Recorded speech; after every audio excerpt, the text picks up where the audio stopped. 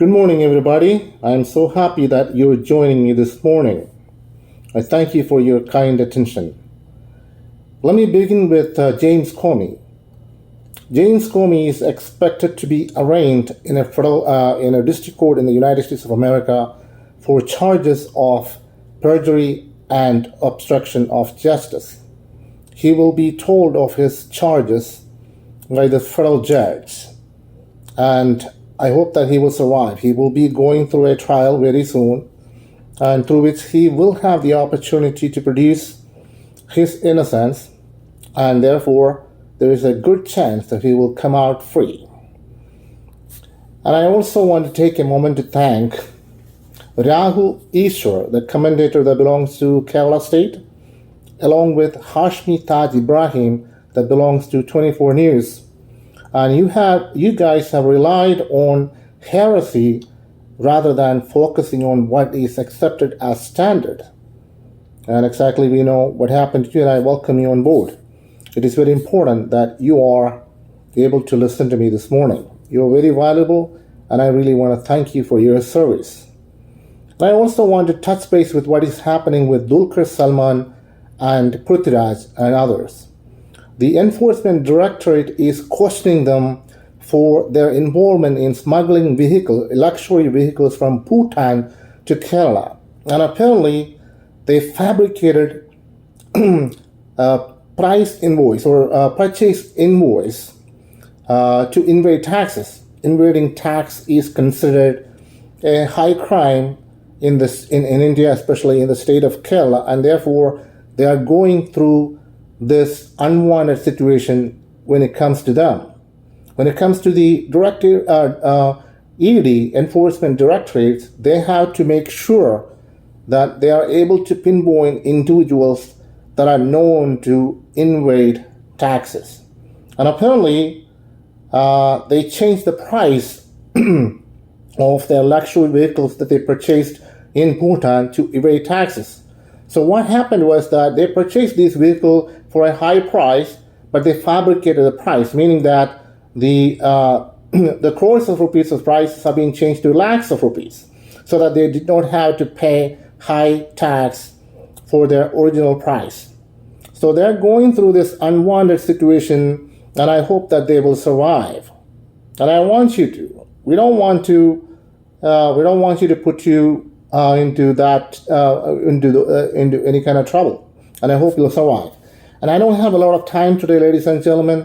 And if you ever want to find out about anything, like if you are interested in general knowledge, go to Wikipedia and search. That's where you get the information, not from me. I have a total of 3,000 plus hours of commentary time when you really think about it. You have listened to me for the past several years, ever since 2012, and yet you don't have the minimum respect to understand who I am. And I highly encourage you to think about it. You are still relying on this Neanderthal thinking, which means an uncivilized and unintelligent thinking. The Neanderthals are ancient human beings and ancient primates, not human beings, that existed about 400,000 to 40,000 years ago, and and who had the capability of effective hunting. They simply relied on the existing resources to lead a life at the time. They did not think about 100 or 200 years into the future, or never even thought about any kind of research being done in terms of promoting a quality life. They just simply relied on what they could accomplish in terms of their survival at the time of their existence. And some of you are doing the same thing. Neanderthal thinking. You just want to simply survive and not to focus on 100 years in the future. That is very bad, and I highly encourage you to think critically. And we're going to talk about critical thinking in just a little bit. But prior to that, the Neanderthals were named after their fossils were found in Neanderthal Valley in Germany. And they provided a lot of insight for human beings that existed afterwards. based on what they were all about in terms of their capabilities and things like that. And they ceased to exist based on environmental problems and fighting with their successors or the human beings that exist afterwards. They had fight with them and they ceased to exist. So before I begin my further, this discussion is considered to be extemporaneous or impromptu, and therefore I have not given a lot of thoughts to it, or this is not well organized, and I hope that you understand me. So today we're going to talk about Chalcedon Christianity. Chalcedon Christianity is a belief, is a doctrine that based on the outcome of the Chalcedon Council, the Chalcedon Ecumenical Council that held back in 451 AD. A lot of theologians and scholars attended this to see the nature of Christ. There are two things to consider. Number one, it is monophysitism and diophysitism. And Chalcedon Christianity is all about monophysitism, which means that Christ has two distinct natures, both divine and human, and even though it's one entity. And as opposed to diophysitism, in which this is a doctrine based on Christ having two different natures differently. So Chalcedonian principles are not accepted by the Christian Oriental churches, such as the Eritrean Church, Coptic Church, Syriac Church, and of course the Malankara Orthodox Church of Kerala.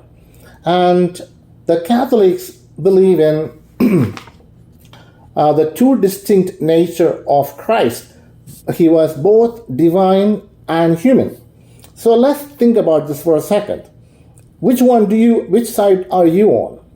So let's go through this for a second. If you're on the side of monophysitism, then that means that Jesus Christ is both human and divine at the same time. So when he died on the cross, we know that he suffered death as a human being.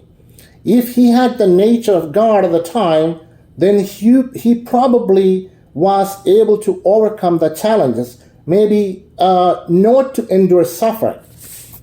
But you can argue that you can still have the qualifications of divinity and yet be a human being. But what is real? So the Catholics, on the other hand, believes in the diophysitism, two different natures. So Jesus Christ was both divine and human. So when he suffered death, of course, he was a human being. So there was no element of divinity associated with him at the time of his crucifixion. Whereas when he performed the miracles, he was God. So what is true? It is a very argumentative. When you really think about it, it's very hard to understand.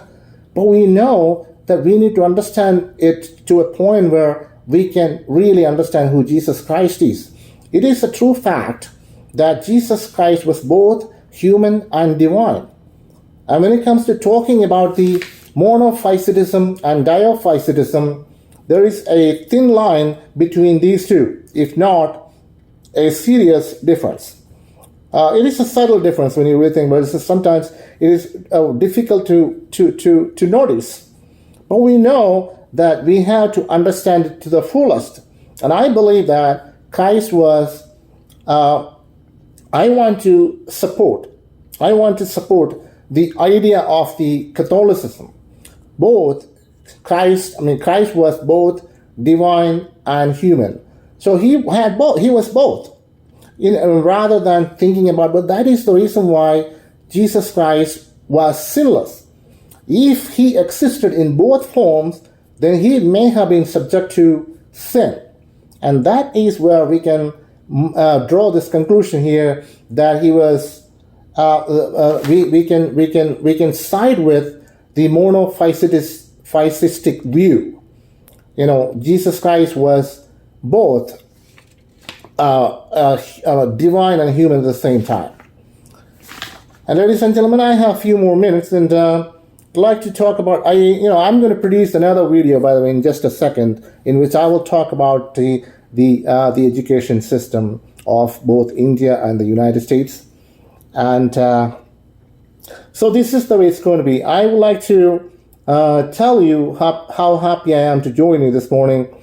I know that you guys have different views associated with my life and my understanding, my capabilities and things like that. I want to change that focus. I want to change your opinion. I want to change your thinking to understand me a little bit more. I want you all to know where I'm coming from. I'm originally from the state of Kerala, from India. When I went to school, I did not learn anything. We're talking about the taught learning. Taught learning is based on memorization rather than critical thinking. You don't go deep into the subject for the understanding, but rather you rely on memorization just for you to pass class or the test. And that is what happened to me. I learned a lot of things, history, science and everything. When it comes to mathematics and English, my scores were very low, way out of line when it comes to satisfaction. So I made probably about 5 out of 50 for both English and mathematics. I did not learn anything about mathematics while I was in the state of Kerala. I attended this public school. I traveled a total distance of 5 kilometers one way. That means that total of 10 kilometers a day for 5 days. And I did that for many years, ever since I was in 8th standard, 8, 9, 10. So 3 years I walked 10 kilometers per day. And that was a good exercise for me, by the way. When it comes to academics or the academic standard, I did not have anything. I did not learn anything, I tell you. And I still know I don't recall anything I learned. Not some of them. I learned how to write Malayalam and Hindi and English. And that was a good experience, by the way. It did not, the education in India did not produce any results at all. If I relied on the education that I had in India, I would not have been in this place. I am not rejecting the education system in India. It's valuable, wonderful. We're going to talk about that in just a little bit in another video. And hopefully you guys are doing very well. I want everybody to survive. And Mohanlal was awarded with the Phalke Film Award. And the film award involves a memento along with a cash prize of 1 million rupees or 10 lakhs of rupees. That was very good for him, and I congratulate him for that. Dada Phalke Film Award is what I'm speaking of. This is the highest award given by the central government of India for film industry, and he was able to successfully secure that this time around, and I congratulate Mr. Mohanlal for his success. And he is continuing to be the Lieutenant Colonel of Indian Army, and this is definitely a good position for him. This was actually an honorary position which was given to him by the defense minister at the time, who was A.K. Antony. And we know the story, and I hope that he will continue to be productive in his position, and we welcome him on board, by the way. And I also want to take a moment to thank Mr. Mammootty and all the others that belong to the Malayalam film industry, all the actresses and the actors, because I want you all to know that you guys are so wonderful, and I want to keep you all up to your expectations, because I don't want you all to be questioned by anybody about your capabilities at any time. I really want to thank you all for appreciating me and watching my videos, and I will never forget your contributions. Thank you, ladies and gentlemen, and I will see you in another video. Thank you.